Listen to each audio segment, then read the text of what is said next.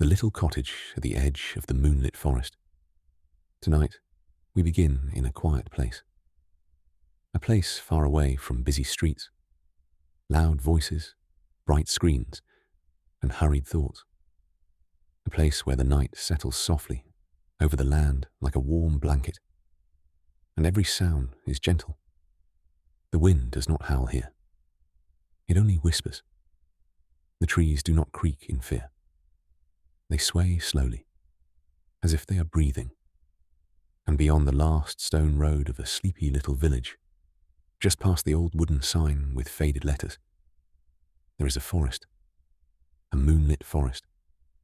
Tall pine trees stand close together, their branches dusted with silver light. The path beneath them is narrow and soft, covered in fallen needles, round stones, and little patches of moss that glow faintly beneath the moon. No one rushes on this path. No one needs to. It is the kind of path that seems to know exactly where it is going, even if the traveller does not. And on this particular night, beneath a sky filled with quiet stars, a single traveller walked slowly toward the forest. The traveller's name was Rowan. Rowan wore a long brown coat, a wool scarf wrapped loosely around the neck, and a small pack over one shoulder. The pack was not heavy, but Rowan had been walking since morning, and even a light burden can feel heavier at the end of a long day. The village behind Rowan had already gone to sleep. The windows were dark, except for a few golden squares of candlelight here and there. Smoke curled lazily from chimneys. Somewhere far away, a dog gave one sleepy bark, then settled back into silence. Rowan paused at the edge of the forest and looked up. The moon was full and round, glowing like a lantern hung high above the world. It shone through the branches and turned the path ahead into a ribbon of pale blue light. Rowan smiled faintly. There was something peaceful about it, something welcoming. Not the kind of welcome that comes with noise and celebration, but the quiet kind. The kind that says, "You may rest here." The kind that says, "You do not have to carry everything tonight." Rowan took a slow breath. The air smelled of pine, cool earth, and distant rain. Then, step by step, Rowan entered the forest. The trees stood tall on either side of the path, their trunks dark and strong. Their branches moved gently overhead, brushing against each other with soft, feathery sounds. The forest was not empty. It was full of little nighttime things. A tiny owl blinked from a branch and watched Rowan pass. Somewhere under a fern, a mouse rustled through dry leaves. A silver moth fluttered in the moonlight, circling once, twice, then drifting away like a loose piece of starlight. Rowan walked slowly. There was no need to hurry. The path curved around an ancient oak tree, crossed over a thin stream by way of 3 flat stones, and then climbed a gentle hill where the grass grew long and pale. At the top of the hill, Rowan stopped. Ahead, deep between the trees, there was a glow. Not bright, not sharp, just a soft golden glow, warm and steady, like lamplight in a window. Rowan tilted their head. There had been no mention of a house in these woods. The old villagers had only said that the forest road led eventually to the valley beyond the hills. But the glow was real. It flickered softly between the trunks. Rowan continued down the path. As the trees opened, the glow became clearer. There, tucked beside a small clearing at the edge of the moonlit forest, stood a little cottage. It looked as though it had been waiting there for a very long time. The cottage had a low roof, covered with dark wooden shingles. Ivy climbed one side of the stone walls. A round window sat beneath the roof peak, and two square windows glowed warmly on either side of a small blue door. A little chimney rose from the roof, sending a thin trail of smoke into the cold night air. Beside the door hung a lantern. Its flame was steady, though there was no glass around it, and no hand nearby to shield it from the breeze. Rowan approached carefully, not afraid, only curious. The clearing around the cottage was peaceful. White flowers grew in small clusters near the stones. A wooden bench sat under a crooked apple tree. Beside the bench was a small bucket, and beside the bucket slept a round orange cat, curled into itself like a little ball of sunset. The cat opened one eye as Rowan arrived.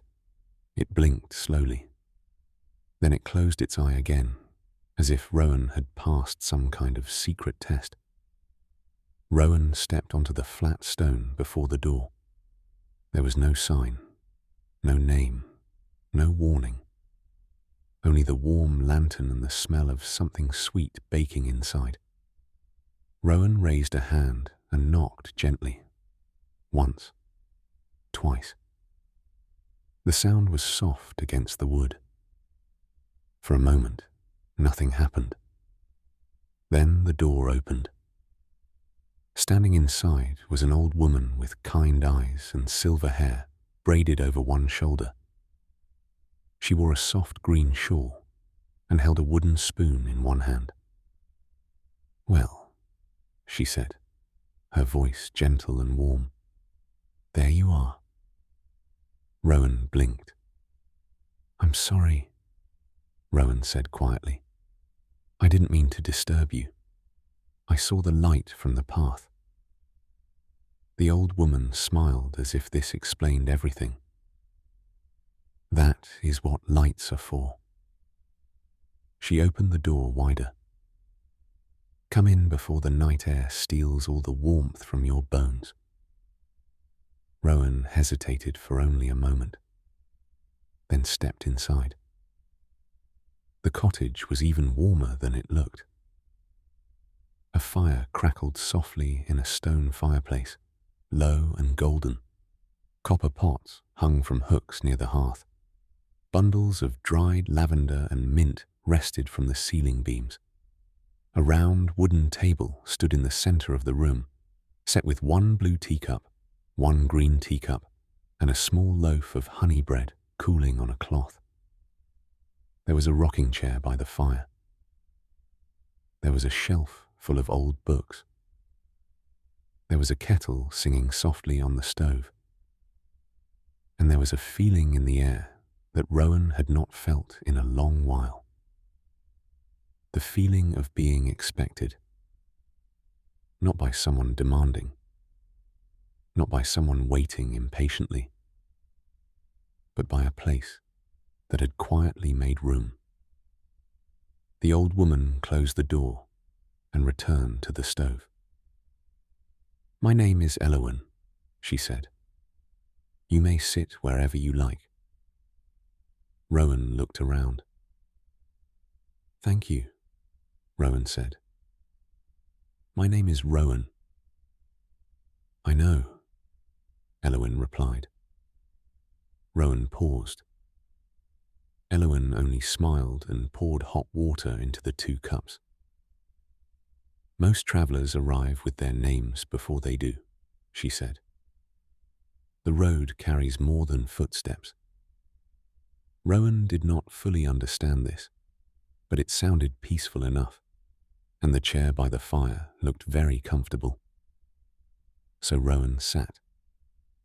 The chair gave a small wooden sigh, as if pleased to be useful. Elowen placed the green cup in Rowan's hands.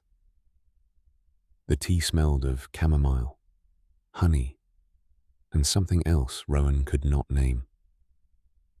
Something like moonlight on grass. "Drink slowly," said Elowen. "Nothing here needs to be rushed." Rowan took a careful sip. Warmth spread through the chest, down the arms, into the fingers, and all the way to the tips of the toes. Outside, the wind moved gently through the trees. Inside, the fire gave a soft pop. For a while, neither of them spoke, and it was not uncomfortable. It was the kind of silence that feels like rest.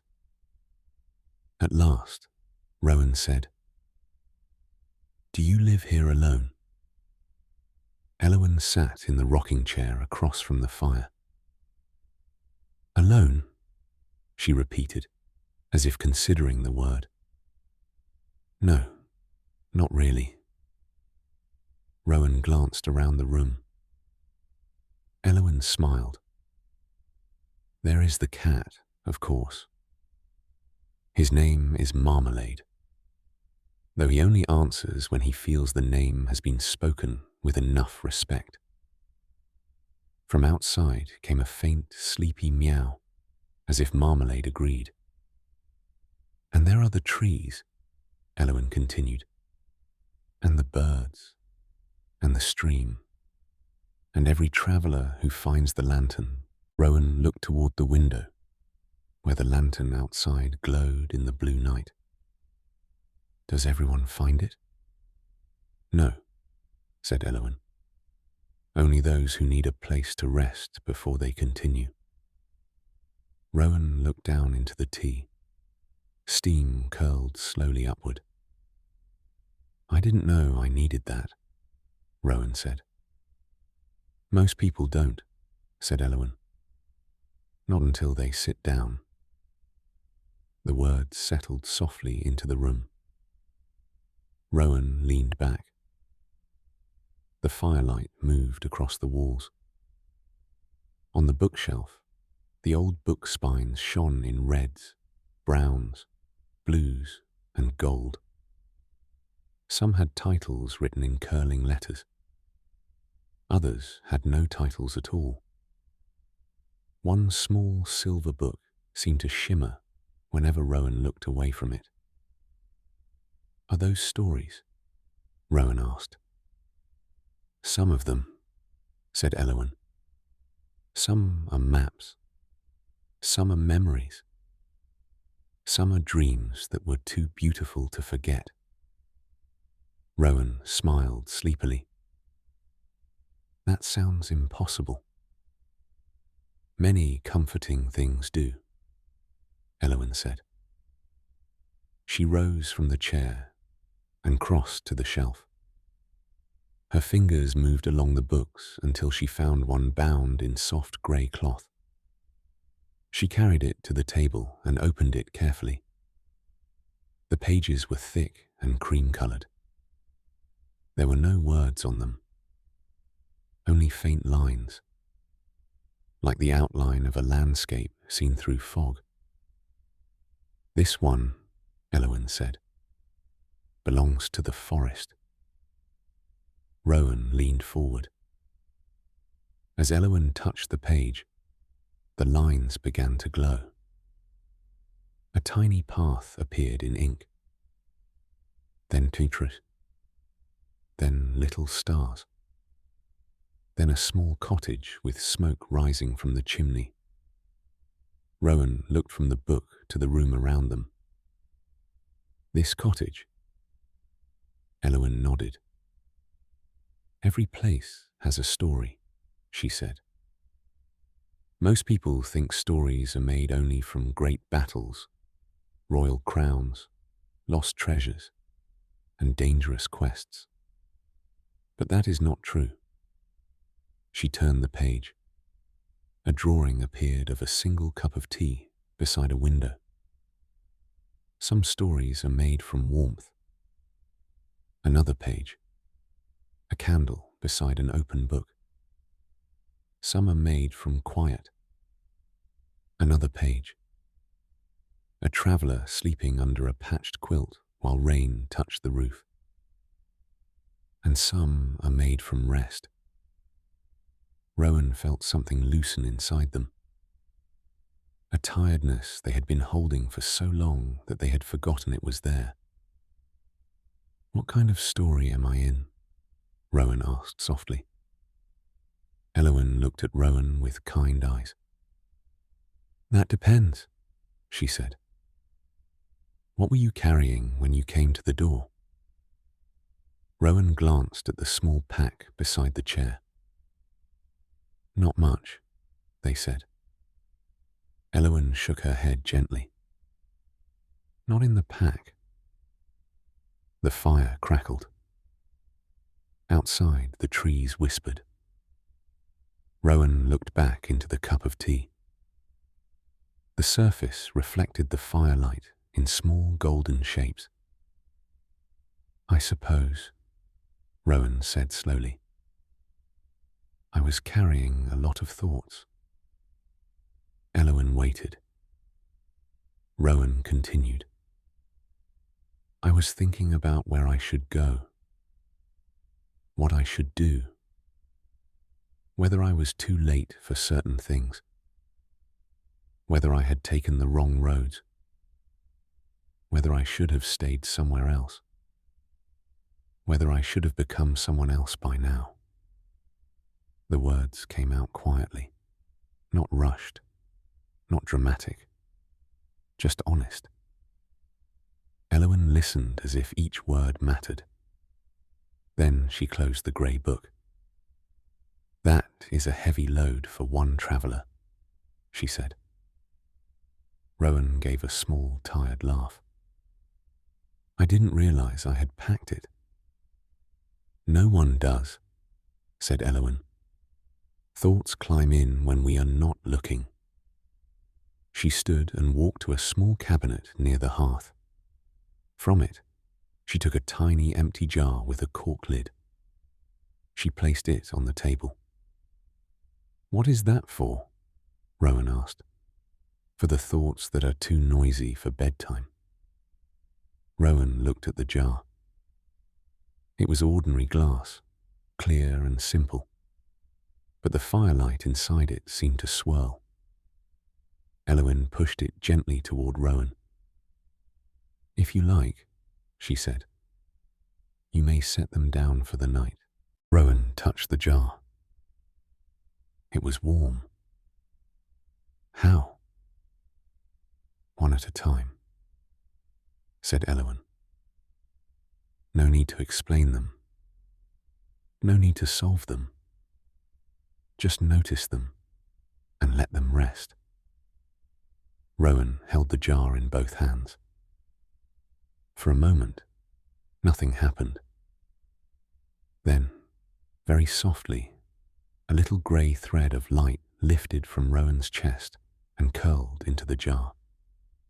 Then another, and another. They moved slowly, like smoke from a candle. Not gone forever, not destroyed, just placed somewhere safe.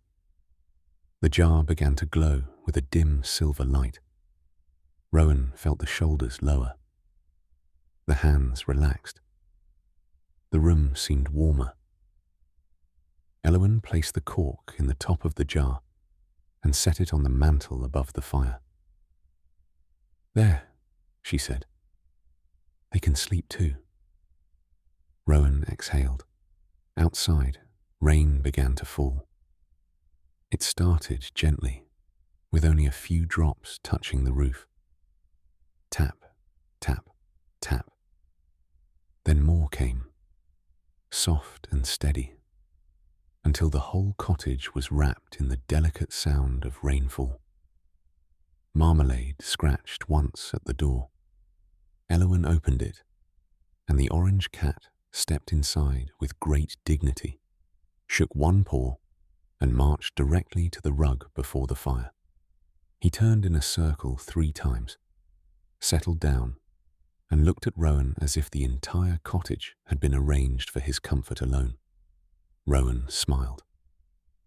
Elowen cut 2 slices of honey bread and placed one on a small plate beside Rowan. Eat, she said. Stories are best heard with something warm in the room and something sweet in the hand.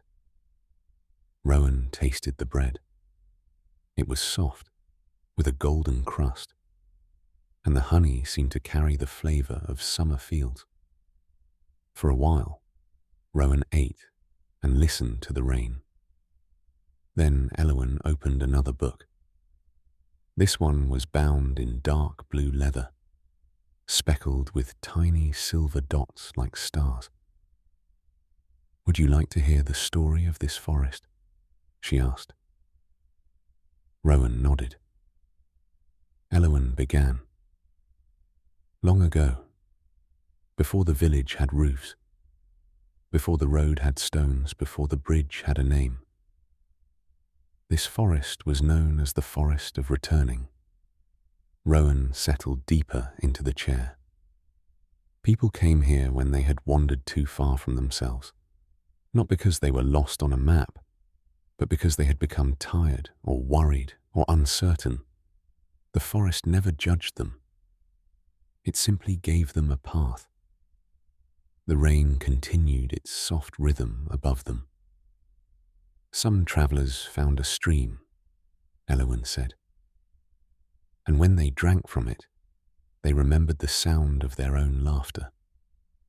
Rowan imagined the stream outside, shining beneath the moon.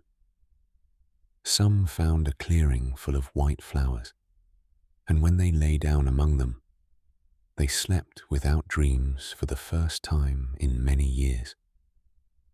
Marmalade purred quietly on the rug. Some found an old bench beneath an apple tree.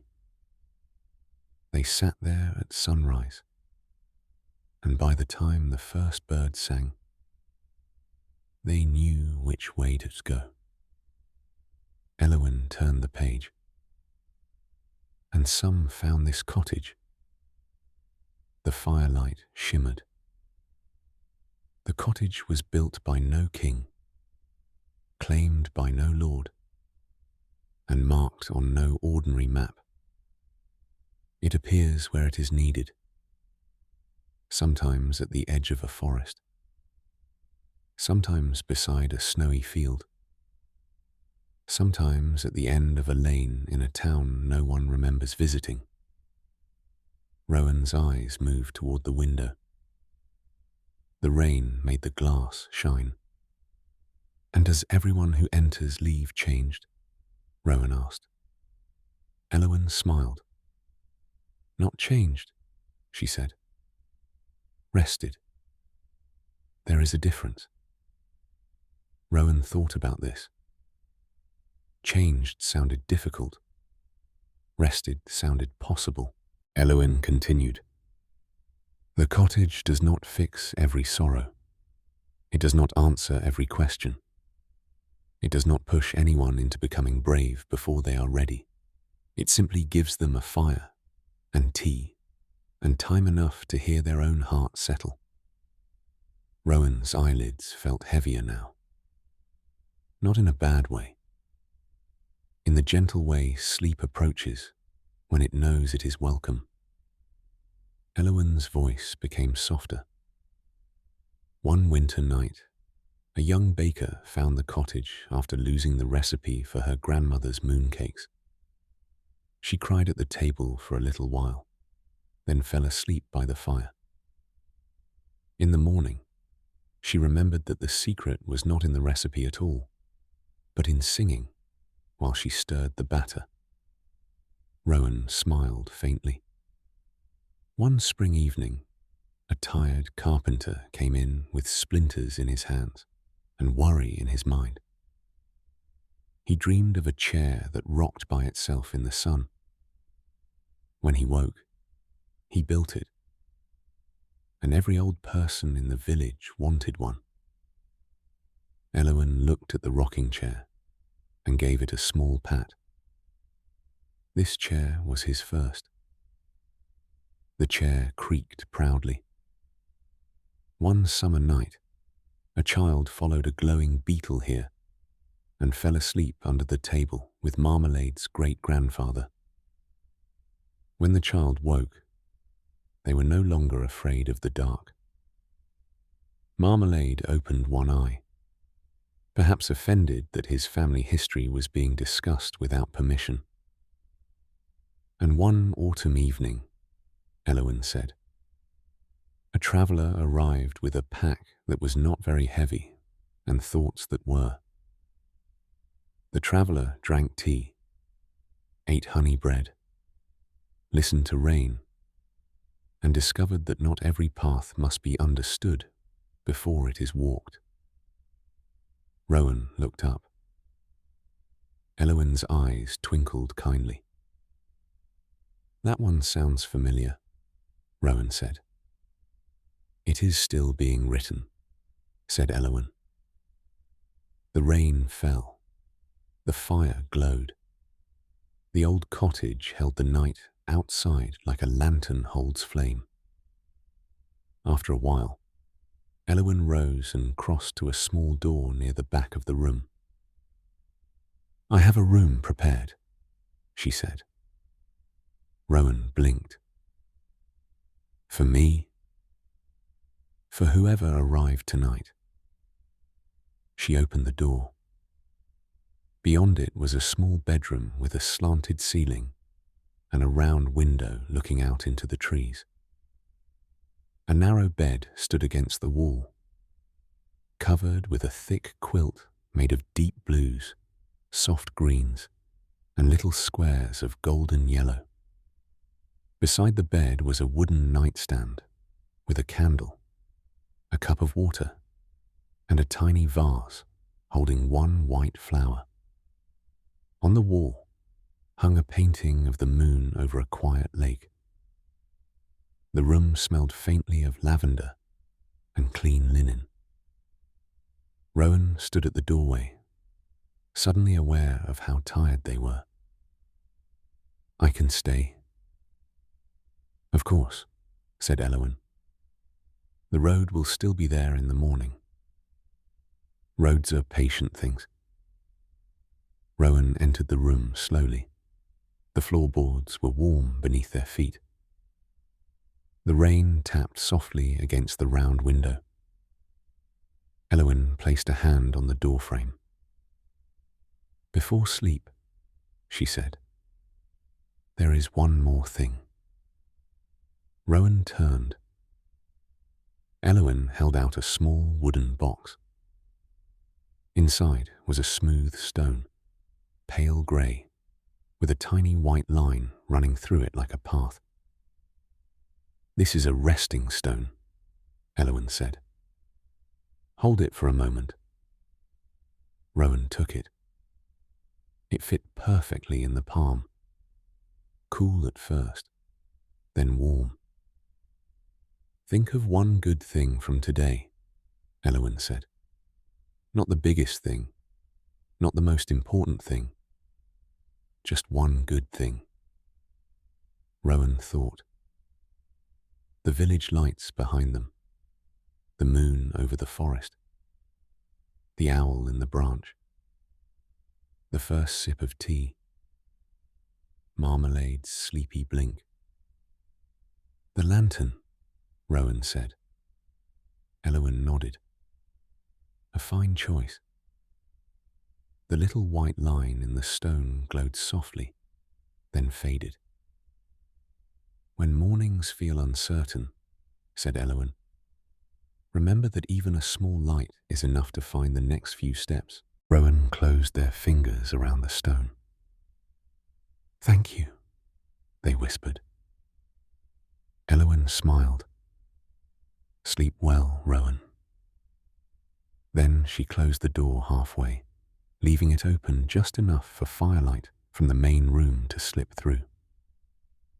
Rowan set the stone on the nightstand, removed the pack from their shoulder, and sat on the bed.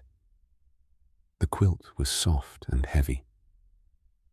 Outside the round window, the forest moved gently in the rain. The trees seemed closer now, but not crowded. Friendly, watchful, peaceful. Rowan lay down and pulled the quilt up. For a few moments they listened. Rain on the roof, fire in the next room, the soft creak of Elowen's rocking chair. Marmalade purring somewhere by the hearth, the wind brushing leaves together, all of it slow, all of it gentle. Rowan looked at the round window. A drop of rain slid down the glass, catching moonlight as it fell. Then another, and another. Rowan's eyes began to close. But before sleep came fully, there was a soft sound. Not a knock, not a voice. A tiny tap at the window. Rowan opened their eyes halfway. On the outside sill stood a little blue bird. Though it was nighttime and birds usually slept, its feathers were the colour of twilight. Its chest was pale as cream. Around its neck hung a thread so fine it looked like spider silk, and from the thread dangled a tiny silver bell. The bird tilted its head. The bell made no sound. Rowan sat up just a little. The bird tapped the glass once more. Then it spread its wings and flew down toward the clearing. Curiosity stirred in Rowan, but it was a soft curiosity, not urgent. Rowan slipped from the bed and stepped quietly to the window. Below, the blue bird landed beside the apple tree. The rain had slowed to a mist. The moonlight brightened, and there, beneath the crooked branches of the apple tree, Rowan saw something that had not been there before. A narrow path made of moonlight. It began at the edge of the clearing and wound between the trees, glowing faintly silver. Rowan watched it for a long moment. Then the voice of Elowen came gently from behind the half-open door. "You may follow it, if you like." Rowan turned. Elowen stood in the hallway holding a candle. "I thought it was time to sleep," Rowan said. "It is," said Elowen. "But some dreams begin before the eyes are closed." Rowan looked back at the glowing path. "Is it safe?" Elowen smiled. "Here, yes." So Rowan wrapped the quilt around their shoulders like a cloak and stepped softly through the cottage, past the warm hearth, past Marmalade sleeping on his back, now with all four paws in the air, and out through the blue door. The night outside was cool, but not cold. The rain had left tiny drops on every leaf and blade of grass. The whole clearing shimmered as if dusted with stars. The bluebird waited at the beginning of the moonlit path. Rowan followed. The path led into the trees, but the forest felt different now. Deeper, softer, more like a dream of a forest than an ordinary one. The trunks of the trees were dark, but the spaces between them glowed with pale light. Mushrooms with little white caps lined the path. A family of rabbits watched from beneath a fern, their noses twitching. The blue bird flew ahead without hurrying. Each time it landed, it looked back to make sure Rowan was still following. Soon, the path reached the stream Rowan had crossed earlier in the evening. But now the stream was wider and brighter. Moonlight flowed through it like silver thread. Small fish moved beneath the surface, glowing faintly blue and gold. At the edge of the water was a stone bridge. It had not been there before. The bridge was low and rounded, covered in moss. On the center stone, carved in gentle letters, were the words, "Only as far as peace allows." Rowan read the words quietly. They made sense in the way dream words sometimes do. Rowan crossed the bridge. On the other side, the forest opened into a meadow. And in the meadow stood hundreds of lanterns. They floated just above the grass, swaying gently, though there was almost no wind. Some were gold. Some were blue. Some were soft green. Some were white as moonflowers. Each lantern held a tiny flame, and each flame seemed to breathe. Rowan stepped into the meadow, filled with wonder. The blue bird flew to a wooden post at the center of the field. There, Elowen was waiting. She stood beside a low stone well, her green shawl silvered by moonlight. "I thought you were back at the cottage," Rowan said. "I am," said Elowen. Rowan accepted this because the night was too peaceful for confusion.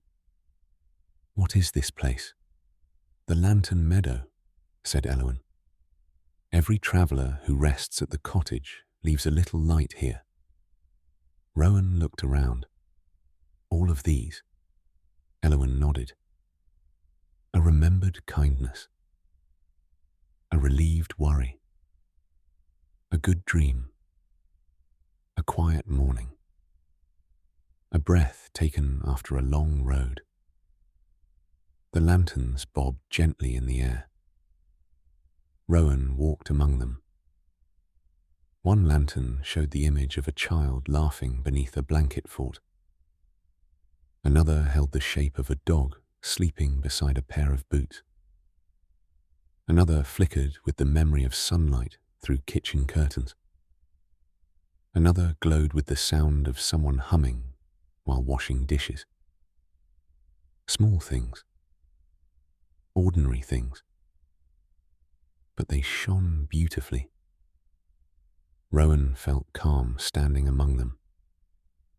Not excited. Not amazed in a loud way. Just deeply, quietly comforted.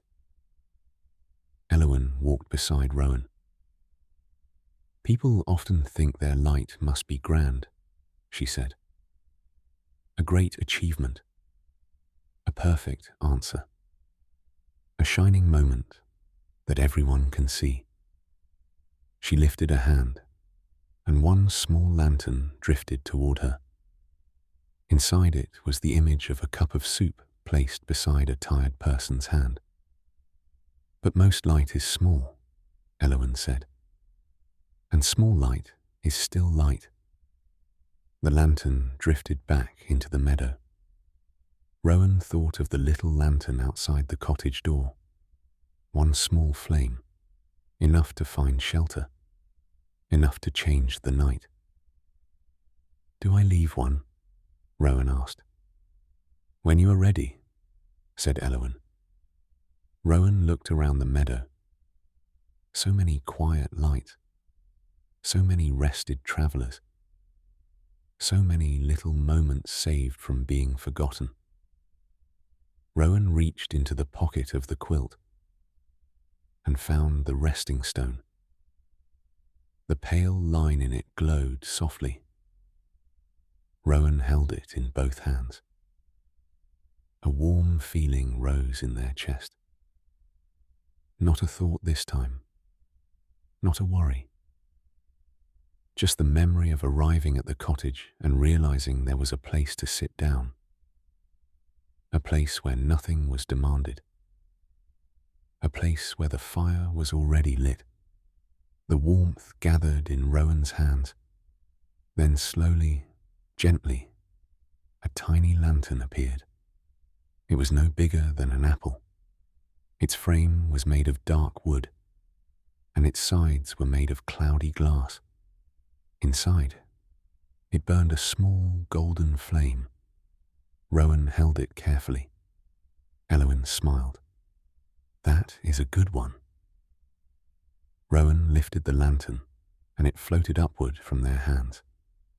It rose slowly, joining the others above the meadow grass.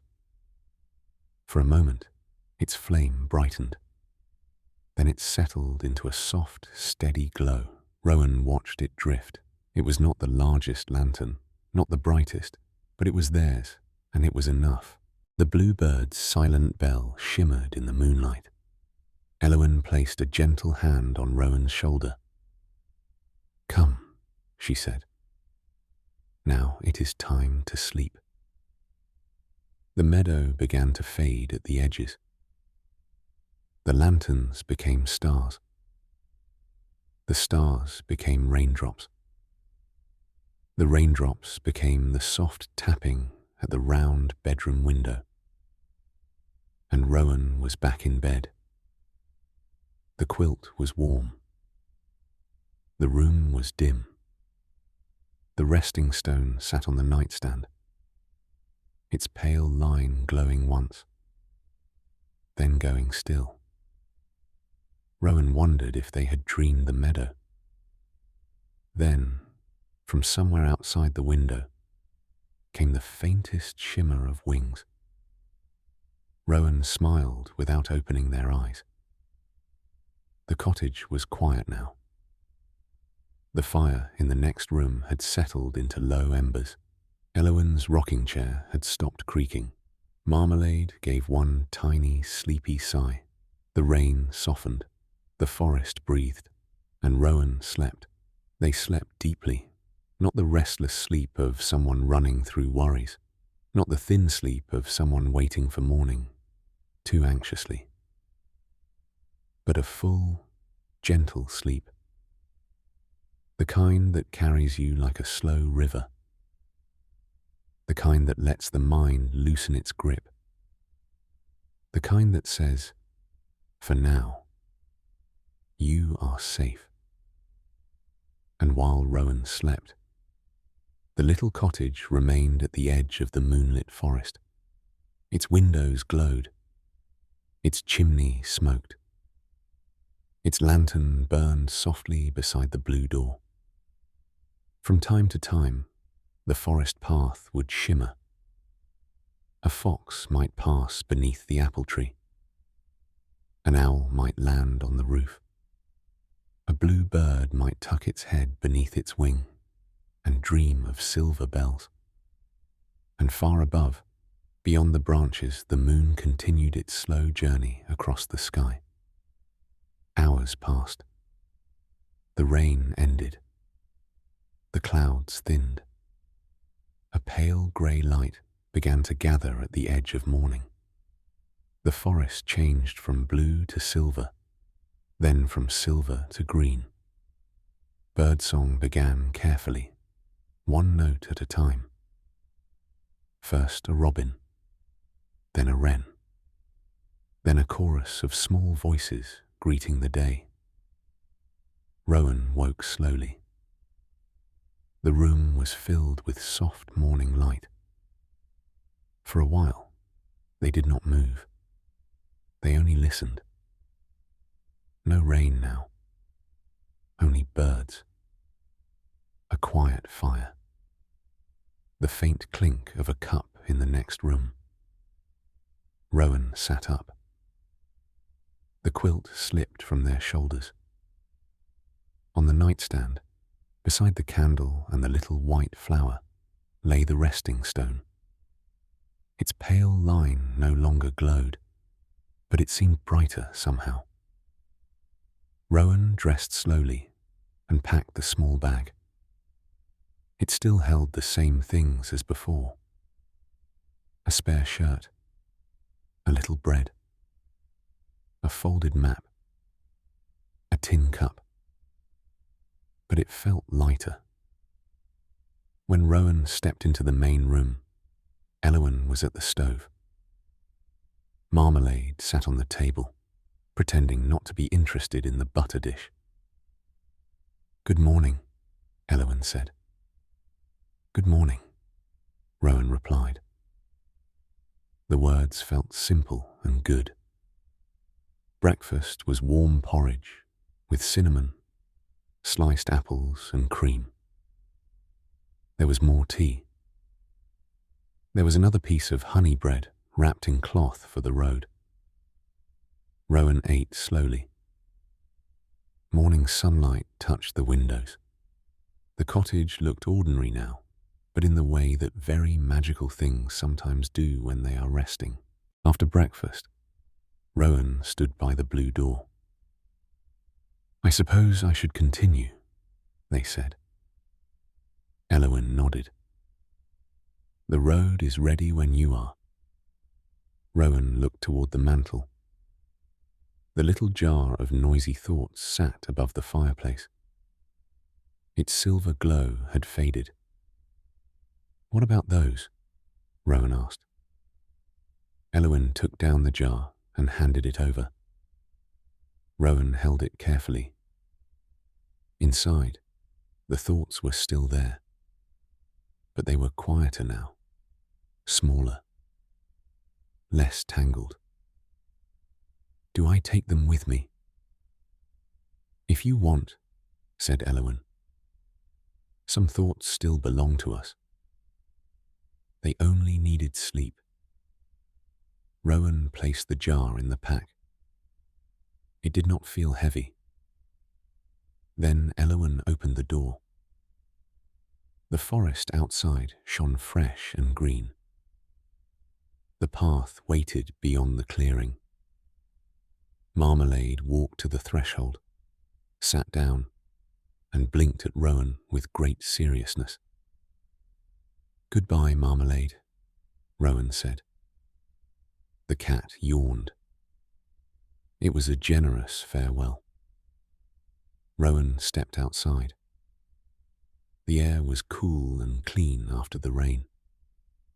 The lantern beside the door was no longer lit, but the glass was warm when Rowan touched it.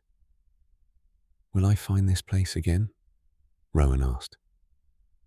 Elowen stood in the doorway with her green shawl around her shoulders.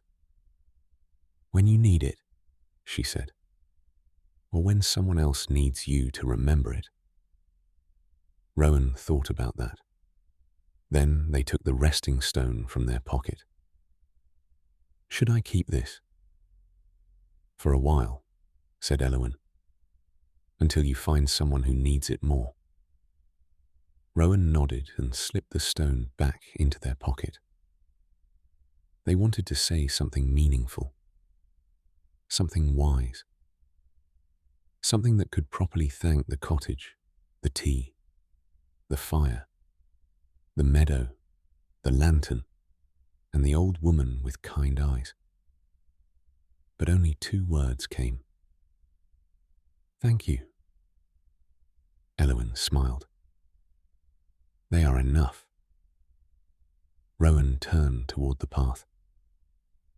The forest no longer seemed unknown. It was still deep, still full of shadows and moss and winding ways. But now there was morning light between the trees. And Rowan knew something they had not known the night before. A path did not need to reveal its entire journey. It only needed to show the next few steps. So Rowan began walking. Past the crooked apple tree. Past the sleeping flowers. Past the stream, now clear and bright beneath the sun. Up the gentle hill. Around the ancient oak. The cottage remained visible for a little while, warm and small in the clearing. Then the trees shifted. The path curved. And when Rowan looked back again, the cottage was gone. In its place stood only a patch of sunlight, a few white flowers, and a single orange leaf resting on the ground. Rowan smiled. Then they continued on. The road beyond the forest waited. The valley waited. The waited. But there was no hurry. With every step, Rowan carried the memory of the fire, the taste of honey bread, the sound of rain on the roof, the sight of hundreds of little lanterns glowing in a moonlit meadow. And somewhere, perhaps far behind, perhaps very near, the little cottage at the edge of the moonlit forest kept its blue door closed against the morning chill. Its shelves held their stories. Its kettle rested on the stove. Its rocking chair waited beside the hearth. Marmalade slept in a square of sunlight. And outside, beside the door, the lantern waited for evening, because night would come again. It always does. And somewhere, another traveller would step onto a quiet path with tired feet and a busy mind. They would pause at the forest edge. They would see a warm light glowing between the trees, and they would wonder if it was meant for them. It would be. The light would shine softly. The door would open. The fire would be warm. The tea would be poured. And the cottage would whisper, without words and without hurry, "Come in. Set down what you are carrying. Rest for a while. The road will still be there in the morning. And for tonight, that is enough." So now, as this story grows quiet, imagine that in little cottage, waiting somewhere peaceful. Imagine the moon above the trees. Imagine the soft lantern by the blue door. Imagine the smell of honey bread, chamomile tea, pine needles, and rain. Imagine a warm quilt drawn gently over tired shoulders. Imagine your own thoughts placed carefully in a little glass jar where they can rest until morning. Nothing needs to be solved right now. Nothing needs to be rushed. The fire is low. The night is kind. The forest is breathing slowly. And the lantern is still glowing, softly, steadily, just enough. Good night from Hazey Studios. May your dreams be quiet, your road be gentle, and your morning find you rested.